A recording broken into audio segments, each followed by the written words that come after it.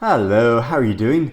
It's fairly early morning. I've just had a big cup of tea and I have a fairly busy day of work ahead of me until around mid-afternoon, and then I'm hoping to just get some good, solid reading time in. So I have a big pile of recently published books that I'm looking forward to starting, especially because some of them are by authors that I've read before and really enjoyed, so I'm looking forward to reading their new books. And I'd love to know if you've read any of these titles or if you're interested in reading any of them now. To start off, there's a book I'm anticipating so much, which is A Little Luck by Claudia Pineiro, translated by Frances Riddle. This is a novel about a woman named Mary who returns to the suburb of Buenos Aires where she originated from. She's been away for about 20 years, so it's about that uneasy adjustment to a place that she knows and feels very familiar with, and people that she used to know, and this tension between the person that she's become. She has a sort of new name and new identity, but she's also still that person who grew up in this place. And I always find it really interesting, stories about self-reinvention and, you know, that tension between the person that we've become and the person that we used to be. And I loved Claudia Pineiro's novel Elena Knows. It was one of my favorite books that I read that year that I read it, and I think it should have won the International Booker Prize, and I think she's just an incredible writer, so I'm so looking forward to this. Corey Fa does Social Mobility by Isabel Waidner, who's such an interesting writer, and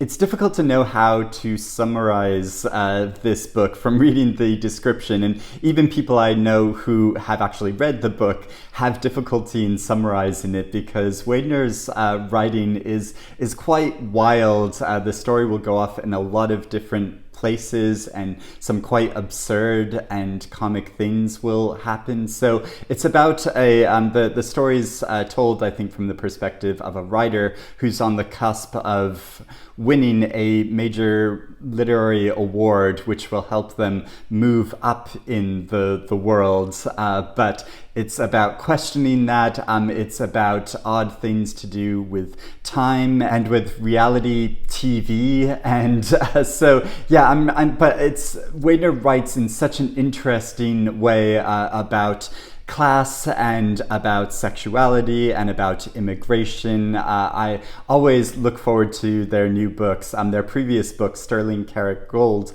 won the Goldsmiths Award, which is a literary prize for books which kind of break the mold of fiction to do something new. And Waidner definitely does that in their writing. So yeah, I'm just looking forward to enjoying the experience of this new novel. Crook Manifesto by Colson Whitehead, that has this really beautiful cover.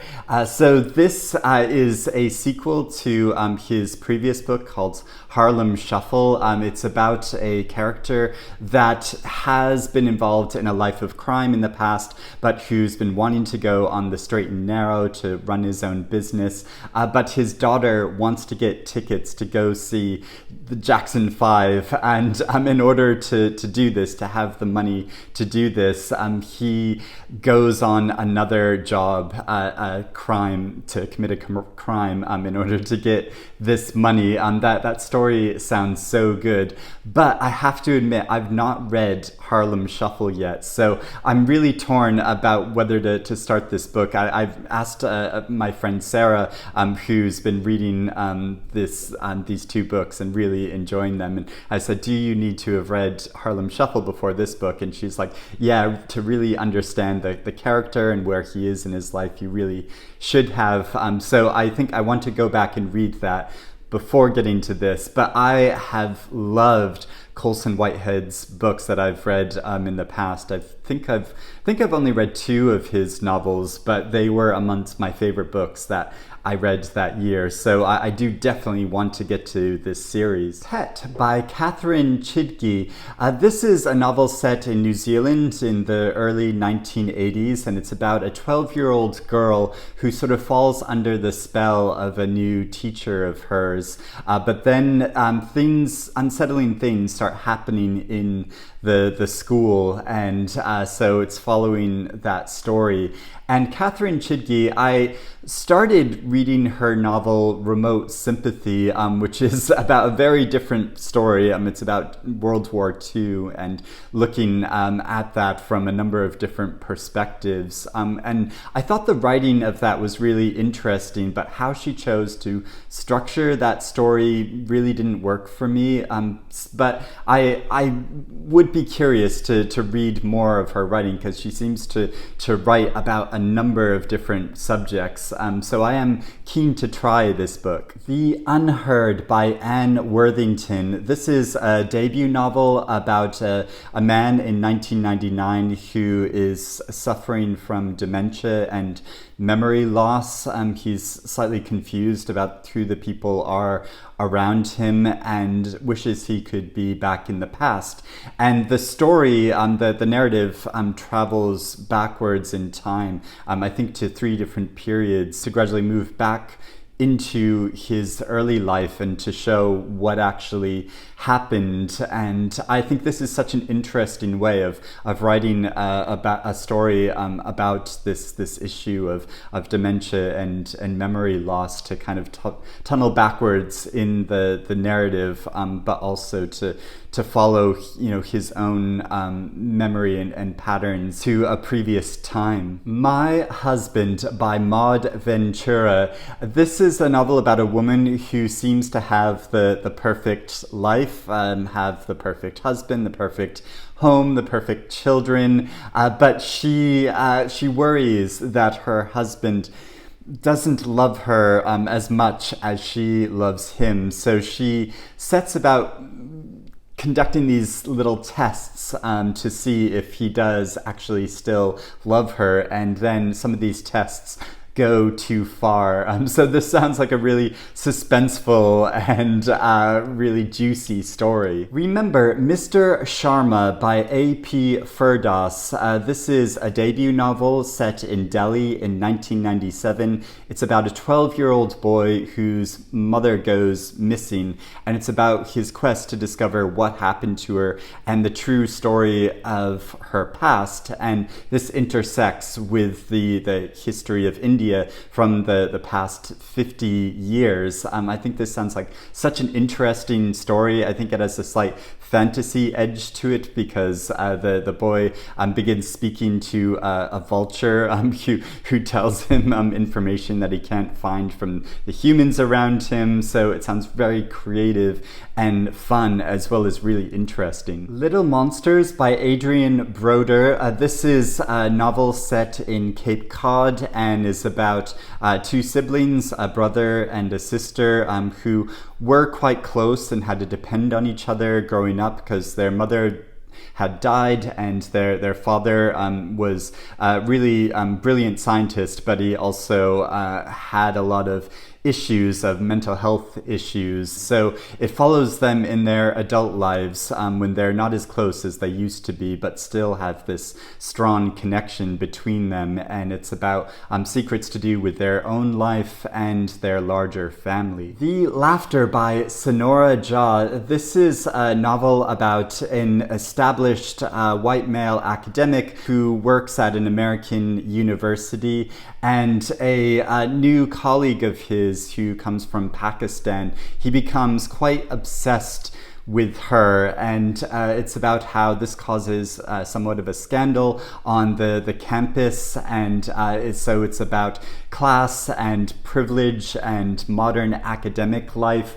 I was sent this novel from America, because I don't think it's published here in the UK, by the author and editor Rakesh Satyal, whose writing I love, and so he sent me a direct message saying you really should read this new book. So yeah, really eager to get to it. In Defense of the Act by Effie Black. This is a novel about a woman who's fairly reserved and shy, but feels like she's coming to terms with her own sexuality and her relationships with other people. But then she goes to a singles night, and this changes everything that she thought she knew about herself and her way of interacting with the world. So this sounds like a very tender and personal story. Open Throat by Henry Hoke.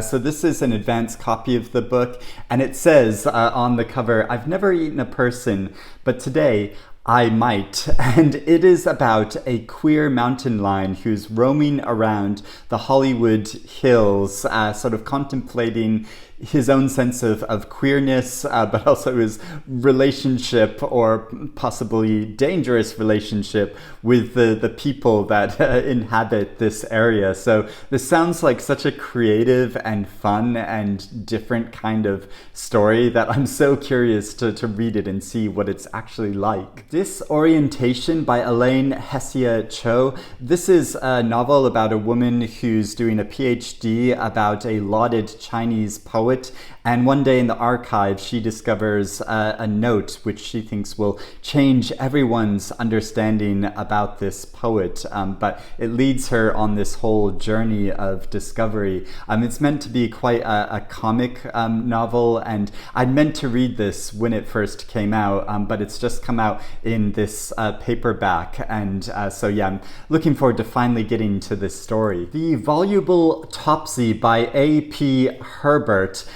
This is a collection of writing which was originally published in Punch magazine, which is a satirical magazine, between the years 1928 and 1947, and the author created this fictional character who was writing letters to her best friend, and the letters have quite a comic and jovial tone to them, but also capture a lot about the everyday life of this period of time. So the character, she begins as a flapper who's having a lot of uneven relationships with men, but she eventually becomes a member of parliament. So it's following her story, and so this is a reprint from Handheld Press that reprints such interesting classic British writing that has kind of fallen out of print, and it is sold with the tagline, "The Bridget Jones of the 1920s, as if written by Nancy Mitford," and that totally sells me on reading this book. Some of Us Just Fall by Polly Atkin, which has an absolutely gorgeous cover. So this is a memoir where the author traces the story of how she discovers that she has 2 chronic illnesses, and it's about adjusting her life to live with this, and how she reconnects with nature as partly as a form of therapy. It sounds like a really beautiful and meaningful story. I have a new copy of Granta magazine to browse through that includes new short stories and extracts and poetry and photography from writers such as Nicola Barker, who's such a fascinating writer, and Adam Mars Jones, who has a new novel coming out soon in August, which is the 3rd book in what he calls an infinite novel that he's writing. He's written these 2 very big books in the past, as well as some quite short books, but this is a new book that is part of that really big trilogy, and I think it's so fascinating that a writer is creating something which he calls an infinite novel.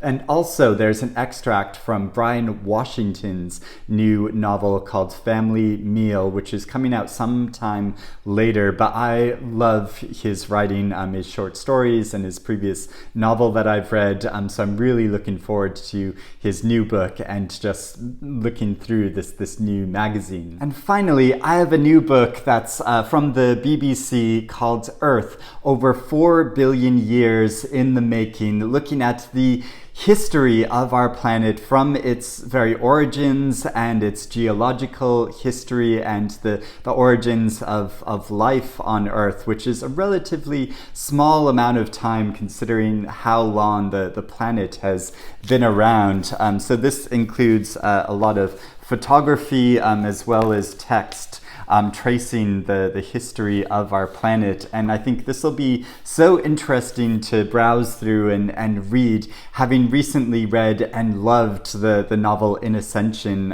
which is sort of meditating on the history of life on Earth. And so I just think those will be such an interesting comparisons.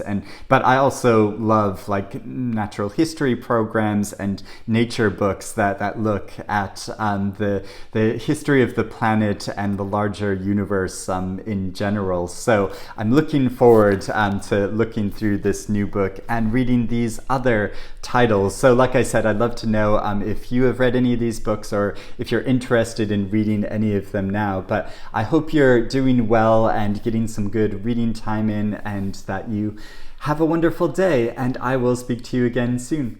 Bye-bye.